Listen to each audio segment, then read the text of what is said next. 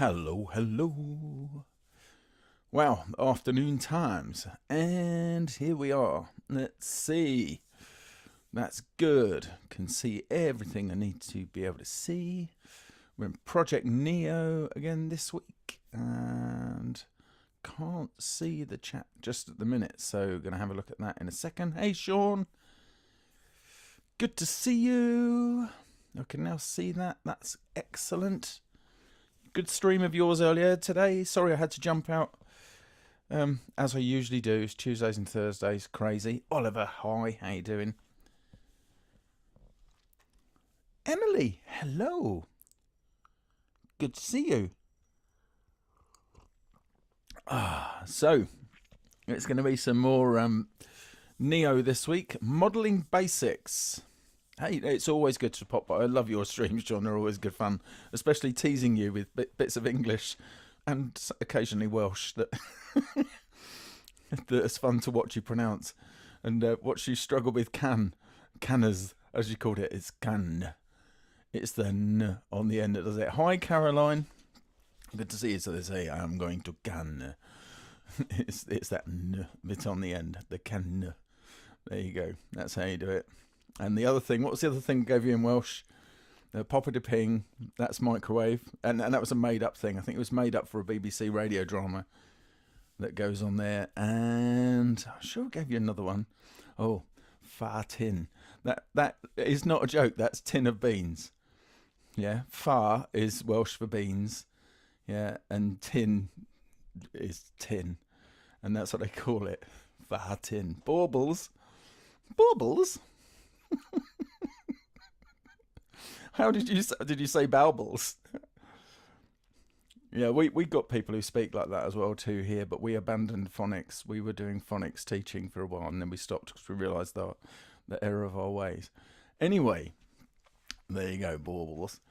Good day, Bruce. Hello, hello, hello, hello. Yes. So this is good. Anyway. Right, so I'm going to jump between a couple of things today. Bubbles and baubles. I'm going to jump between a couple of things today, or a couple of different places. Right, so I have one of my work accounts on the screen at the moment that you're seeing just there. I can also jump across to my other account just here. So the one that you normally see stuff will be using this one in just a little while. Okay, but that's what we're going to do. We're going to jump between those two things, and we're going to pop into Illustrator a little bit as well, so you can see some of that. But the idea, my goal, glad you've been practicing it, Bruce. Hope you're enjoying it.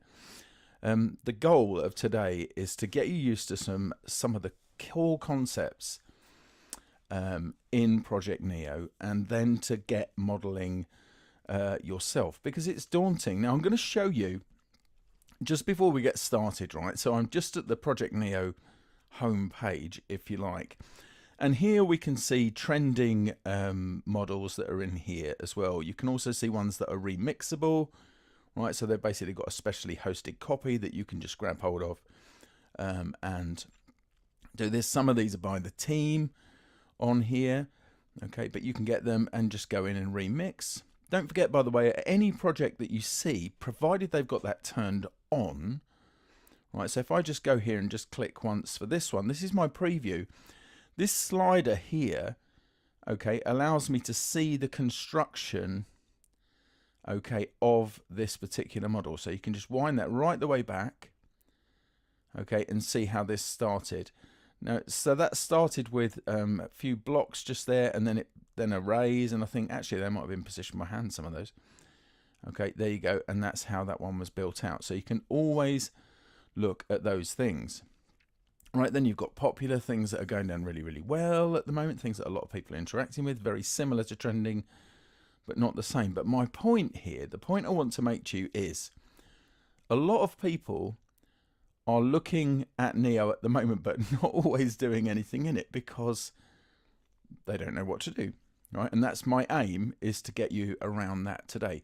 And I can prove this. This isn't some sort of idle thing here, right? Okay, if I go to the timeline, this will show me stuff that's actually happening now, right? So there's some, they did a little one a little while ago, these things, and they are from Illustrator, I would wager, okay, and they've come in. So you'll see that the whole feature drop of the import SVG is the thing that is going to be a game changer, because then you can use the environment you're really familiar with and get into here. But let's have a look at the timeline, right? And you'll see that this is the view you've probably had, right, when you've opened up Neo. Yeah, there's some other stuff going on just there, right? But by and large, I think you'll agree with me, the default view, yeah, and this was 6 minutes ago, you know, and you can see these things, the default view, okay, is where most people are just coming away from it. And there's Sean saying, there's mine. Oh, let's have a quick look for which one's Sean. Or were you teasing me, Sean?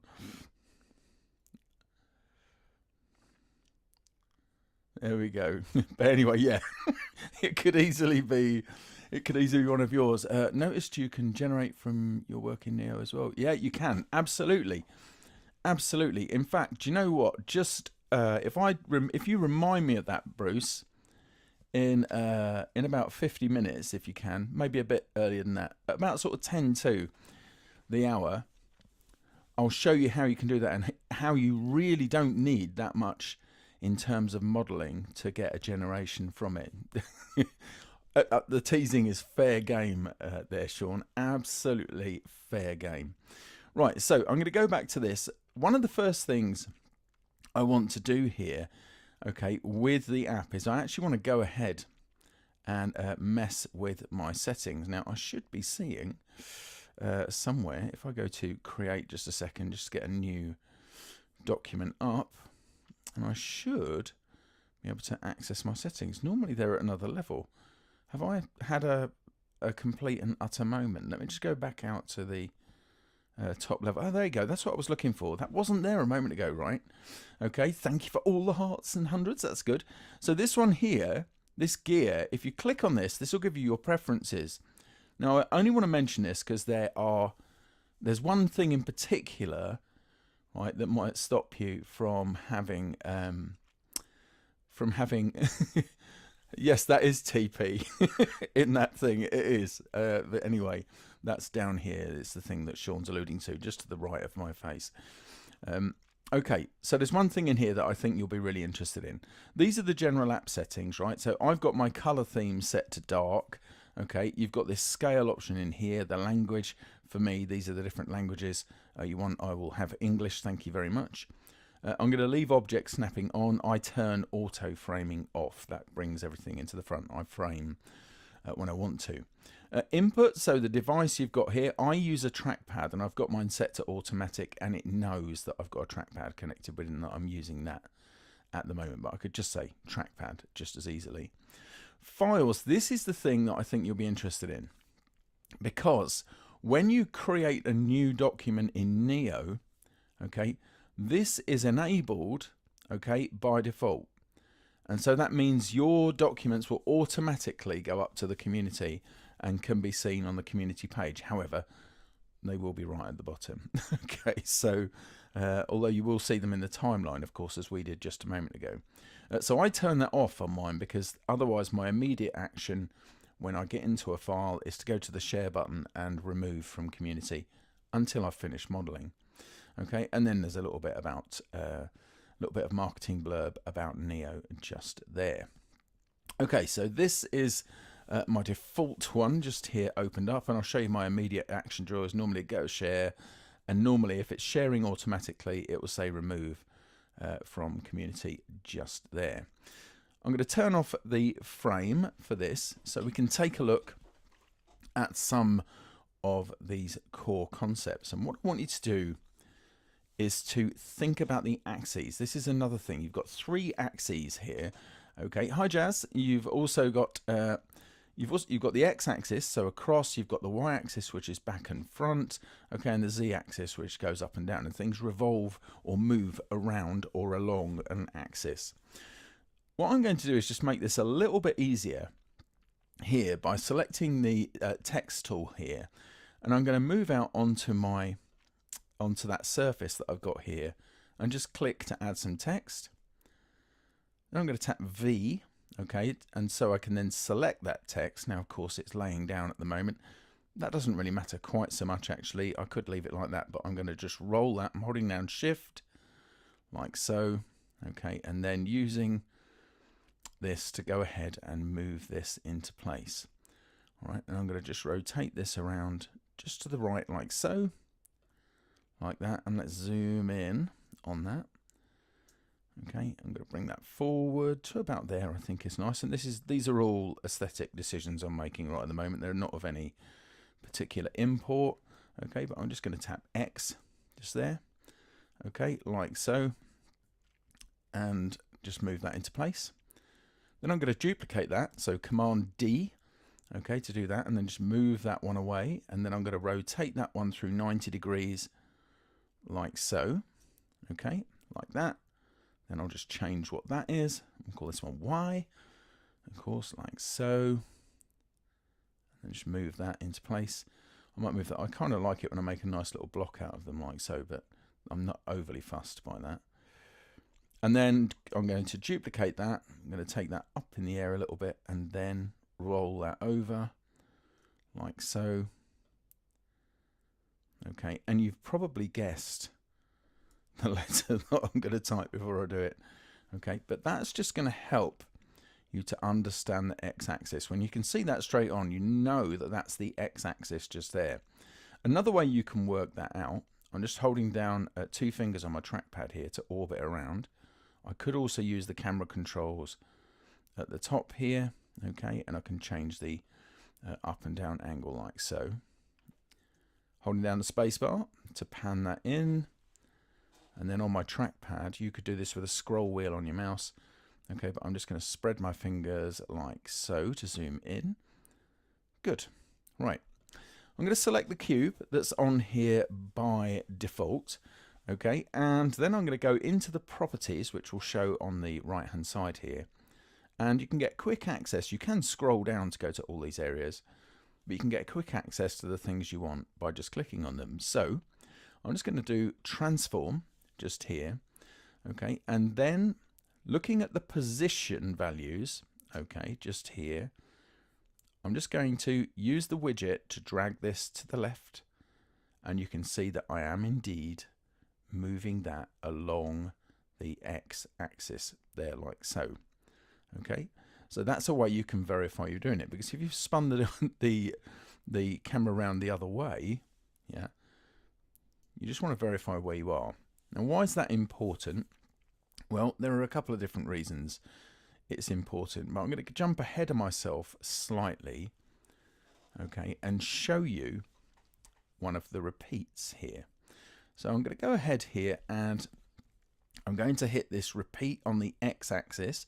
It shows you, okay, a small indicator, an icon that shows you what it's going to do. Now, here's the thing. When you click on it, you might think, well, nothing has happened at all. Okay, but if I now go ahead and move like so, suddenly I've got that being mirrored. And this is a really good way to model. Okay, great way to model, in fact, right? Because you can just make one thing and change lots of properties on it. So if I decided I wanted to make this narrower, just for example, like so, then you can see that is narrowing on both sides, just like that, if I want to make it taller. So now I'm modeling very, very quickly. I do want them to be separated by some degree here. Okay, the quick keys O and V have been your friends. That, yeah, and also that's something else, you know, that we could look at are the shortcuts, because you can access those from the little help thing here. Right, so you can see all of that good stuff in there. These are the shortcuts that are supported at the moment. Just there. So yes, good shout there, Bruce. Good shout. Okay, so right, we've got this modeling like this. I maybe want that to be just a shade wider, just there. Perfect. That's also good. And then maybe I want to duplicate this, including its transform. So I'm just going to duplicate this. So Command D to do that. I'm going to make this one much, much narrower, like way narrower, like so. Okay, and then I'm going to move this to maybe about here. Okay, which of course it moves in the opposite direction on the other side. You move around Neo so gracefully, by the way, Tony. Oh, thank you, man. and the Neo ballerina. Okay, so I'm going to create a linear repeat. This is another way, okay, to model very, very quickly. So I don't want any distance on the Y. I'm not really worried about copies on the Y-axis. I can just drop those down to 1, like so, and the Z-axis just there. Then I can change my distance. Now you can use the slider, okay, to do that if you want to, okay. And it's actually, do I want to do it on the X-axis? I think I do. I'm just going to increase the number of copies here. Let's orbit around just a second. Okay, and let's increase the distance just a minute. Yeah, I should have gone on the Y-axis, not the X-axis. So let me just go ahead and do that. And let's increase... Oh, was it the Z-axis? Okay, then fair enough. Yeah, of course. There we go. All right, so now I've got those things just there. I'm just going to move them forward slightly. And just to make it easier for you to see them, I'm going to go ahead and change their color. Something like that, but more like that. Perfect. Right, okay, so you can see all of that going on. 2 fingers down on my trackpad, orbiting around like so. So I'm going to go back down to my repeat thing just here, and I'm going to have 4 copies, I think. I am going to have 4 copies. I do have a piece of reference just to the side of me for what I want to draw. Okay, so I'm just going to tighten those up like so. Okay, and bring that in like that. And then I want to actually shrink these on both ends. Now, if I just do this, it will only shrink on that end. So I'm just going to undo that. However, if I hold down the Alt or Option key and click and drag, you can see I'm doing it in both directions like so. Sweet. Modeling very, very quickly using those. I do want to shrink all of these like that. Okay, and then just bring those just out there for the minute, and they can sit like that. If I wanted to give you one piece of immediate advice as well here, it's to get used to navigating. Get something on the screen or inside of your document, and then spend time navigating, because you're going to need to continually be able to move around, okay, and check your work as you go. Okay, so there we go. What's that, Bruce? Nice. Oh, noted. Yeah, it's a useful thing to have, and it works in Illustrator, like with the corners and things. Doesn't change the corner types. Okay, but it does work with corners. You'll see in a bit. I'm going to change this color just here. I'm going to make this more sandy like so. Something like that, I think, is good. Perfect. Okay, then I'm going to move both of these just slightly further apart here. Now, I've got them both selected. I do get a thing saying about properties for multiple objects selected is not supported, but that's just the properties. Moving them, a whole other thing altogether. Okay, that's working pretty well. So what I'm going to do now is I'm going to copy or duplicate again, okay, the rectangle I've got just there, and I'm going to bring that in. I'm going to shrink that down away from the other side. Okay, then with the Option key down again, I'm just going to go ahead and push that out like that. Something like that I think is pretty good. I'm just going to spin around so I can see that. That's cool.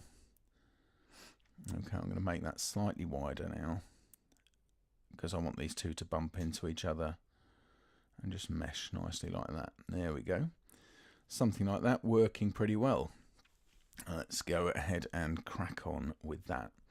All right, so then I can start to introduce some other things here. So another thing I'd like here, and just so you can see the thing I'm working towards is an illustration by Gouchin Prints. I was given it by Adobe last year at Max London. It's this one here. I just need to go ahead and see if I can see that. There you go. Battersea Power Station. So I thought I'd do something like that for today, because I thought that would be a bit of fun to have. I'm only going to do sort of the front of the thing. Not going to model a whole building today, but you can see it and you'll get over some of these techniques as we go.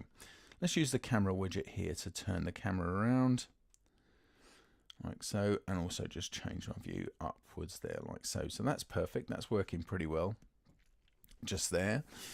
Then I'm going to go ahead and duplicate again this thing that's reflected here. Now I'm going to use this widget to scale that in all dimensions. Okay, so that's going to create a scaled copy. Now at the moment you're not seeing that, right, because it was behind everything else. But now you are. You can see that scaled down. I do not have a Discord yet. I leave that to superstars like Sean Bruce. You know, when you're at Sean's level. I'm sorry, Sean. I'm only joshing with you. Thought it'd be funny. Anyway, but no, Sean has. I don't yet. Do you think I should get one? Is it one of those things I should perhaps have? Who knows?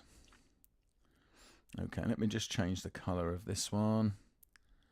Like so. Something like that is good. Now I actually do want, I think I'm going to change that out for the mirror to an array, although perhaps I could do both really if I wanted to.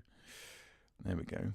So let me just take that down to nothing and increase the distance there. There we go. Something like that is pretty good. In fact, that's almost worked perfectly. I'm just going to click in this field and just use my up arrow to change that value. Sweet. Okay, now I've got that, and that works pretty well for me. I think just here I'm going to go ahead and I am going to create some additional copies up like so. How many do I want? 5 is good. Okay, that's cool. Great stuff. Now, if I shrink these down, that's unfortunate. If I try and group it and shrink these down, it's still going to part them. So I'll have to change those values to accommodate what I actually want to do. So I'm just going to spin around here like so, grab those items there and move back into place like that. That's where I want them to actually be, just not quite that high. Let's bring those down. Now I can mess around with the distance between them, okay, to change that. So that's great on the y-axis because there's going to be another one beneath that, and then I can go ahead and change this. I think I'm going to need to move in that mirroring first. There we go. Just like that. And then change that gap in there. And without too much messing around, I should be all right to get that going. There we go. Just bring it down a bit more. It's not super difficult to do. It's just the combination between the mirroring, okay, and that, and there we go. Something like that is pretty good. I'm then going to use this widget here, okay, and this one here to move them around a bit. One thing I really would like is be able to just sort of like break apart an effect on here would be really good. I think anyone who streams it would be helpful. Oh, the Discord thing. Well, maybe I'll do that. Maybe I will do that. Okay, so there we are. Something like that is working pretty well, I think. I then want a copy of that, so I'm going to duplicate that and bring that down. I just want 2 along the bottom here, so I can change the number of copies there, like so. Something like that. And I know this is a shopping centre now, but you get the idea, right? So I've got those things together, and then I want another rectangle, but this time I'm going to drop it onto the model itself. So you'll see that as you move around, you get these places where you can drop, okay, that rectangle. You can see that if I drop it onto the face just there like so, I'm just going to do that, then that's where it ends up. And bear in mind that if you're dealing with things that have a curve on them, that's actually multiple faces going around. They're not truly circular in the same way. Okay, so just be aware of that. Just going to shrink that down a little bit and then come up and then just bring that across like so. Okay, something like that. Again, turning now or orbiting around to where I want to be, like so, and then just pop that in there like that, and then orbit again. And you might have thought a moment or two ago that that was lined up in exactly the right place between those, but this is the difference, you see. Once you actually start to understand how the camera is working in here, and you can get it to work in different ways. Okay, if you make sure you have nothing selected, just tap escape to do that, then you can see here that this is using parallel projection. Okay, you can get it to use isometric, parallel, or perspective, so you can change between those things. I won't change that just at the moment. I just want something going across there. I do want this to poke through both sides. Okay, and then that can actually come out a little bit there as well. So let's go ahead and do that. Okay, and you'll see that the widget here for scale is dimmed. That's because it doesn't think I've got enough of a view to show it. So there we go. Just do that. Super good. Okay. Now there is a little bit more detail to these things at the back. So maybe I can change some of that stuff just here, because actually in this area here, there are some step-ups on there, some just very, very small ones. So again, I'm going to duplicate that. Okay, then I'm going to push those up a little bit and then scale those down like so. Okay, and then just also change their overall width. That's it, something like that. I want to line up with that window edge, maybe something in the middle there like that. That's good. They are a separate part of the building, so there we go. And then orbit that around. And you can see how that's working. And you can see that without too much effort, I could carry on doing that and build out those things like so. Okay, I think it's going pretty well so far too. So there we are, we've got those things. But let's carry on then. I'll come back to this in a bit. Let's go ahead and look at some other things. Okay, for the modeling basics. So I'm going to create something else now, just a brand new environment here. Okay, I'll turn off that frame like so. And I've got this thing here, this cube. Okay, and then I'm going to also add a sphere to the top like that. There we go. And if I just undo that, I can still plot it from there. You can see I've got that center point there. Now, this is one of the things with the parallel projection, right, is that it looks off center. Let me just go to perspective here, and isometric. But it looks as if it's not in the right place. But trust me, and trust the UI, it is. Look, if you orbit around, there it is in one place. Now that shadow is super, super harsh. So, because that bothers me, this is one of the things I'm going to change. If you watched last week, you would have seen how we investigated some of the styles. And in fact, I can add something onto that now if you want to in just a moment. But let me just deal with this shadow here first. So this is the environment controls. So this is where I can rotate the light around. Like so, you can see how that's working just there. So if you want it to be from a specific direction, you can do that. Then you've got the height of the light. And I think I explained this as well last week. Right, because I used the analogy of having a light on a dolly that you could move around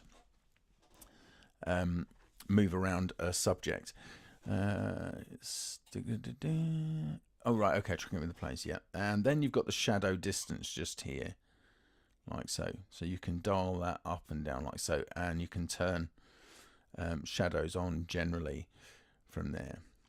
Let me just go back to the styles thing, because I didn't really get a chance to do much on this last week. But if I go here and go to Vector Art, I simply showed you last week how you could change the stroke distance here, and indeed the color of the stroke there as well. But there are further controls. If you select items here, okay, so now I've got further controls. So this is shaded the way it is at the moment. But you've also got split, like so, and flat. Okay, and if you choose these, you've got further controls. So at the moment, you've got a body color just here. So that's for that particular object. Highlight color. Let me just change the highlight color. Okay, you can see that just there. And then you've got another one for the shadow color just there as well. Okay, so you can change those things. Of course, I haven't got the shadows on particularly. If I go for flat, okay, you've got highlight intensity just here. So that's it maxed out pretty much on there. So you've got those controls as well. I didn't get to mention those last week, but while we're here, might as well have a look at those. Okay, when you're using these styles, if I just go to share just here, you'll see that Center Illustrator, okay, only works if you have vector art or pixel art styles. Okay, so you need frame enabled because it needs to know what to draw. Yeah, and then you need to be using either vector art or pixel art, okay, to send it to Illustrator. And then you can do that, and you'll see that then becomes available just there. And it comes in looking just like that. Has a whole load of other stuff with it, but it does come in looking just like that. Okay, right, let me go back to the realistic option just here. And I'm going to just globally make this larger, like so. Okay, and then just change the control here. Okay, they're intersecting nicely, I think, at the moment. I did show this briefly last week, but I want to expand on this just a little bit more, okay, today. Okay, so that's the control for universally scaling. You've got other ones attached to axis widgets there, and as you know already, okay, you can also hold down the option key. The other UI control you've got here is rotation. Okay, you're not going to get much excitement out of rotating this sphere, I've got to be honest. Right? It's not going to be too exciting, but you can see you can do that. Movement, this shows you, okay, on the plane underneath, okay, its relationship to the other shape. Okay, so it shows you that. That's a handy way to move on those axes, but you can move free form, as I did earlier, using this widget. And that, if you want to just visually drag things around, okay, then you can do that. But what you do need to do is you need to orbit around to make sure that is exactly where you want it to be. Or, as I tend to do a lot, is use the numbers down at the bottom. So if you go to transform here, use these numbers for the position and the rotation. That's a useful thing to have. Okay. All right, so do that as well. Right, I'm going to change the color of this one. So I'm just going to go to appearance here. And let's just change the color of this, because last week, if you were watching, we started out by looking at a couple of the additive modes, right? So add, the thing is just together and it has the appearance of blending with the object underneath where they are common to one another. Color just transfers the color like so. Okay. The other ones we looked at, and we're going to look at these again in a second, so don't worry too much just for a minute. The other ones we looked at are carve. Okay. Now that has done something very interesting there. That's carved very, very oddly. So let's just undo that and find out what gives there. Let me just turn the option back to add. I think there's something wrong there, you know. There is something wrong there. Let me just change that back to add. There we go. And we'll drop that down there. Okay, carve. You might think it's the same thing as color, right? But it isn't. Yeah, let me just get the shadow distance on here a little bit and bring that up. You're not really seeing that much of the shadow inside. But if we zoom in, maybe, and then just orbit around, if I put something else down here, and then orbit again, you can see that that's what's happening.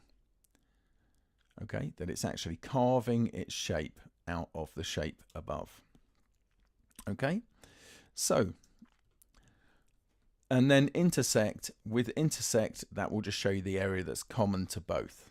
Okay, now to go deeper into this, I created a file over in my personal one just here.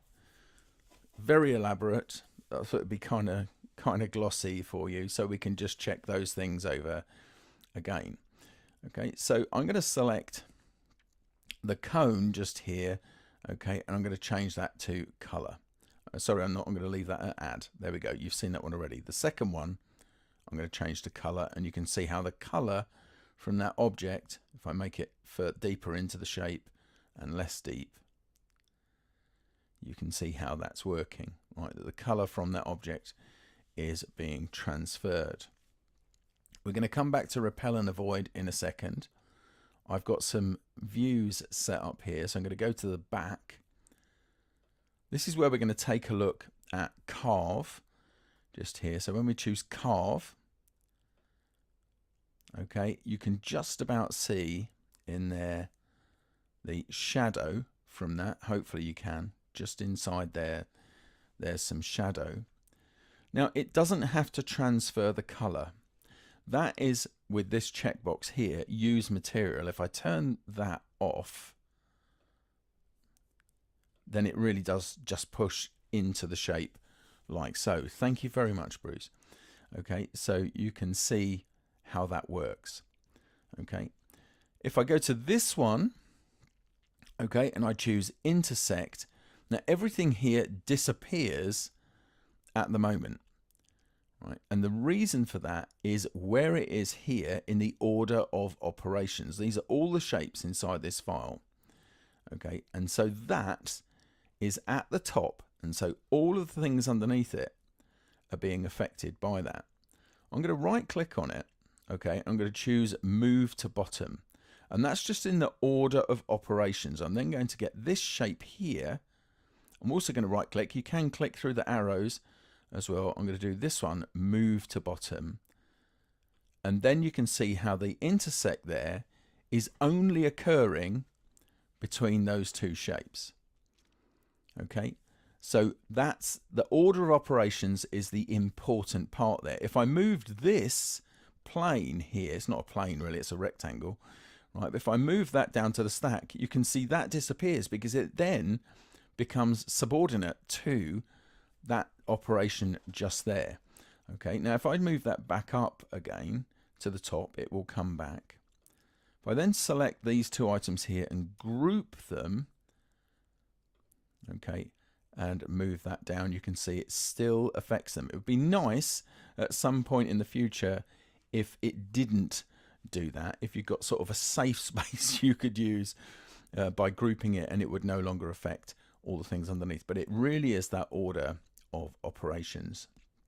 Let me go back, okay, to the scene at the front here, okay, and just so you can see this now, right, essentially they are just on the other side of this nice divider, which reminds me of my desk in the 1980s. But there we go. Right, do you remember that? People who are old enough to remember those times, or even really some corporations now, you have desk dividers just here. So repel, okay, and avoid. And the clue is this thing under here, require blending value for both of these two operators. So let's go with repel first. Okay, I'm going to change this to repel, and nothing happens at all. or at least you think nothing happens at all. If I move this up a little bit, yeah, still not a lot happening there. Well, there actually is a tiny bit. But if I just increase the blending amount here, I'm just going to put a tiny bit of blending on there and now move this back down, you can see how it is repelling that shape underneath. If I increase the blending amount, right, that cone is having quite an effect. Now look at that. Really interesting shape forming from that cone. And indeed the things underneath it, again, order of operations just there, but right, you can see how that is working there. Let's do the same thing with a void. So a void, so repel is move things away from the affected object. Okay, a void is, oh, I don't want to touch the affected object. So let's just change that to a void. Again, if I move this up like so, okay, let me just change your view of that just slightly here and zoom in so you can see it more clearly, like so. So this has got a void attached to it, nothing happening right now, but watch what happens when you turn on the blending. It is avoiding other shapes. Yeah, so if I try and get this closer, it's going to avoid, like so. Look at that. Right, the wind just really doesn't want to be there. And that's how those things work. Yeah, they require a secondary amount of blending. Doesn't have to be a lot. That will just modulate here. In fact, if I go in like so, that will just modulate how avoidant it is. You can see that? So not terribly avoidant there because it's on 0, and it's just a little bit avoidant just there like so. Okay, but the further I push this, the more it will avoid like that, which is kind of cool. Yeah. Okay, so you can, it gives you a lot of scope. Look at these and these shapes here, and there's nothing to stop you from combining this with other operators as well to change the appearance of that if you just wanted this curvy shape. And when you discover things like this, go out and look at some of the models in the gallery, okay, and you'll see how they all work. So if I just go back to that view here, around to the back, there you go. That's how these things work. And these views, of course, are things I've just clicked on the camera, added a snapshot, and that's how I can navigate around in this file. So going back to the other instance of Neo that's running over here. So you've seen all of those operations just now. Let's just change this back to add just here now. Okay, and then we can go ahead and I'm going to make this smaller, like so. Just going to hover that over the cube, but now I'm going to start to increase the blending, and this does something that a bit like a metaball operation. You saw this if you were watching last week. You will have seen this where I made a matchstick excuse me, from the end. So I just need to grab a drink. Hold on a second. Using repel, can you make the top object not visible? Give me a minute, Sean. Okay, let me get that out like so. Let me just change how that works. Let's go for avoid just here, right? So you can see how that is avoiding that. Do you know, it's not the best shape to do that with. Let me choose a different shape. Let's go with just a cone and drop that on like so. This looks like the hat they always gave me in school. What was the deal with that? I don't know. You've got to be of a certain age to know what I mean, I think, about that. But anyway, let me just change that. I think, Sean, if you combine this with another thing, I'm just holding down shift, by the way, as I rotate that around. Let's just change this to avoid and bring that down like so, and give it a little bit of blending so it actually starts working. There we go, like that. Now, there isn't anything on there that says about the object being invisible. You've got nothing on there that says like hide this object or make its opacity 0. None of those particular things on there. Okay, but what you should be able to do, if I just get another one of these, I'm just going to duplicate that and bring that up a bit. See, now you can't see it, Sean. But of course, I know that isn't what you meant. I'm just being a horse. Anyway, moving on. Right, so let me just change this one to carve or intersect. That's not going to work. Carve is not going to work in that particular way. I thought it might do, but it's not going to. But there's going to be a way to do it. What if I do that and then add that? Nope. Nope. That's just rounding off that side. So at the moment, I don't have a ready answer for that, Sean.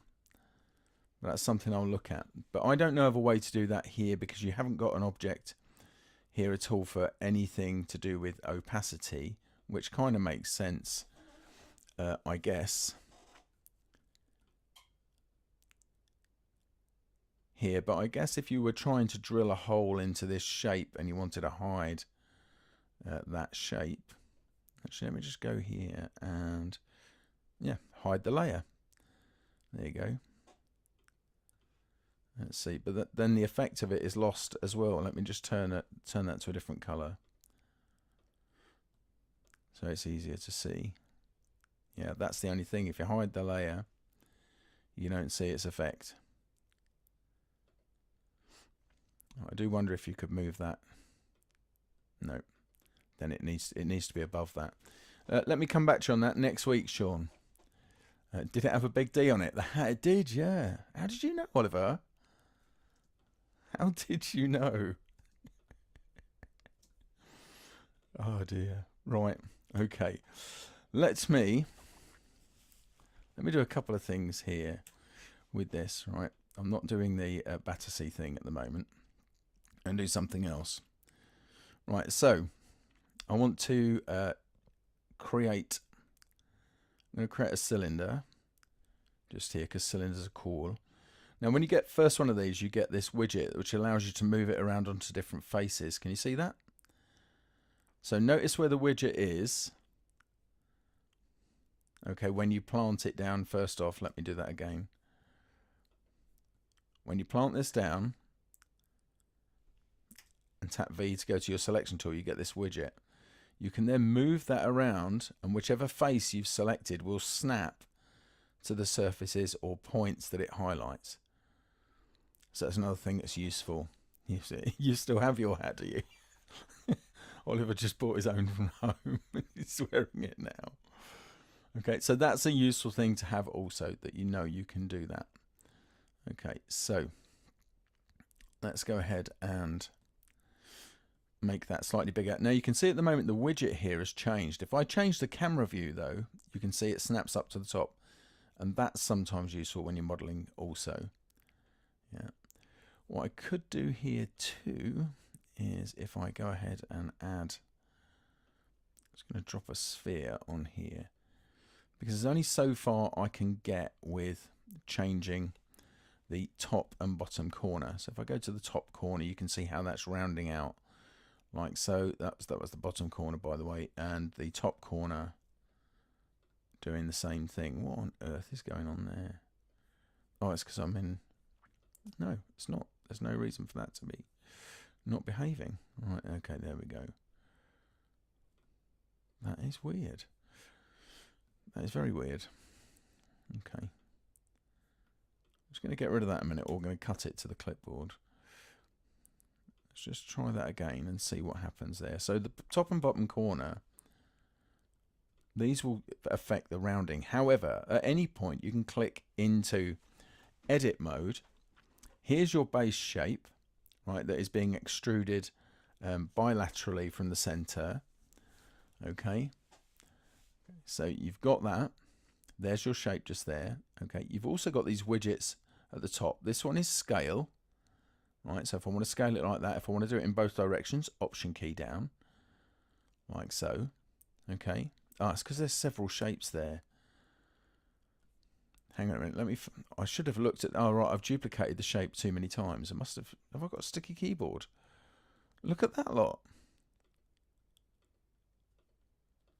All right, I'm just going to go ahead and delete those. That is what was going on there. Let me just go back to the top corner thing now. It's because there were too many shapes. That is so weird. Anyway, we'll go back into edit mode and play with that. Then you've got the roundness here. Here's our top corner, just here, or our bottom corner actually. And that's doing that across both ends. And you can see the sliders just about, if I scroll down a little bit, you can see those sliders are both moving in parallel, like so. However, if you don't want to do that, refresh might be a good idea in a minute. If you don't want to do that, if you want it to just be on one, hold down the Option key or Alt key, and then you can affect just that corner. So that's a really visual way for you to do that. Additionally, so if I just bring these out, you'll see there's actually 4 there, all stacked on top of each other. Everything boils down to a cube, pretty much. I'm going to take that out like so. Then zoom in on this.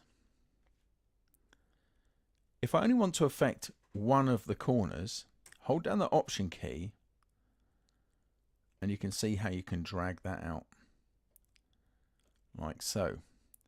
Now if you want one to be slightly rounded, another one to be very, very rounded, like this. Is it that time already? Oh my golly. It is. Okay, well next week, oh actually not next week because I'm in Munich, so it'll be the week after. We'll catch up with this, and I'll show you in just a second. Right, then here you can see the corner values just here, so you can always change the individual corners inside of that also. So you can click here. Right, there's something wrong, so I'm just going to quickly refresh that and let it come back to me. There we go. So just give it a moment, and it does that sometimes. It's a browser that's doing a lot of heavy lifting. There we go. If I now go ahead and select that again, then I've got the corners just here, so I can go ahead and change those corner values. You might see from time to time a thing where it pops up and it just says project reported on the bottom. That, I believe, means that it's not acting the way it should be, and it will report itself. There you go. You can see how I'm rounding that corner off just there. Right, okay then. So the thing with generation, my word, that time went real fast. The thing with generation, so let's just say that this here, I'm going to just shrink this a little bit on one side, like so, like that. Let me just change the projection here. Let me change this to perspective and zoom out a lot. And just bring this around like that. I'm going to go ahead and get a cube just here. Just going to drop that on there. And just scale that down uniformly on all axes. Make it slightly taller. That's groovy. Bring it down. No prizes for this one. Bring that in like so, and I want to make an array out of that, so choose linear. Perfect. Ideal. Just take that down here and then just change the x-axis direction. No, it's copies. There we go. That's what I want to do just there. So let's go ahead and change that distance like so, something like that. Move it back into place. Yes, it's going to be a table. There, like so, something like that. Okay, and then on the y-axis, oh, sorry, the z-axis, just here, there we go. Separate that out like that. And with a little bit of playing around, you can see how that's going to work nicely. Bring that down like so. I'm going to go to this thing here, copy its material, and paste the material just there. Then I'm going to go ahead and get a cylinder. I'm going to drop that cylinder on there. I'm going to make it small and tall, like that. Okay, drop that into place, just on there. Something like that is good. Move that around. Okay, then change my view slightly. Panning there. Go to generate. Okay, so it's telling me stuff just there. So I'm just going to say wooden table with single glass of milk. There we go. That should do it. Generate. I need to agree.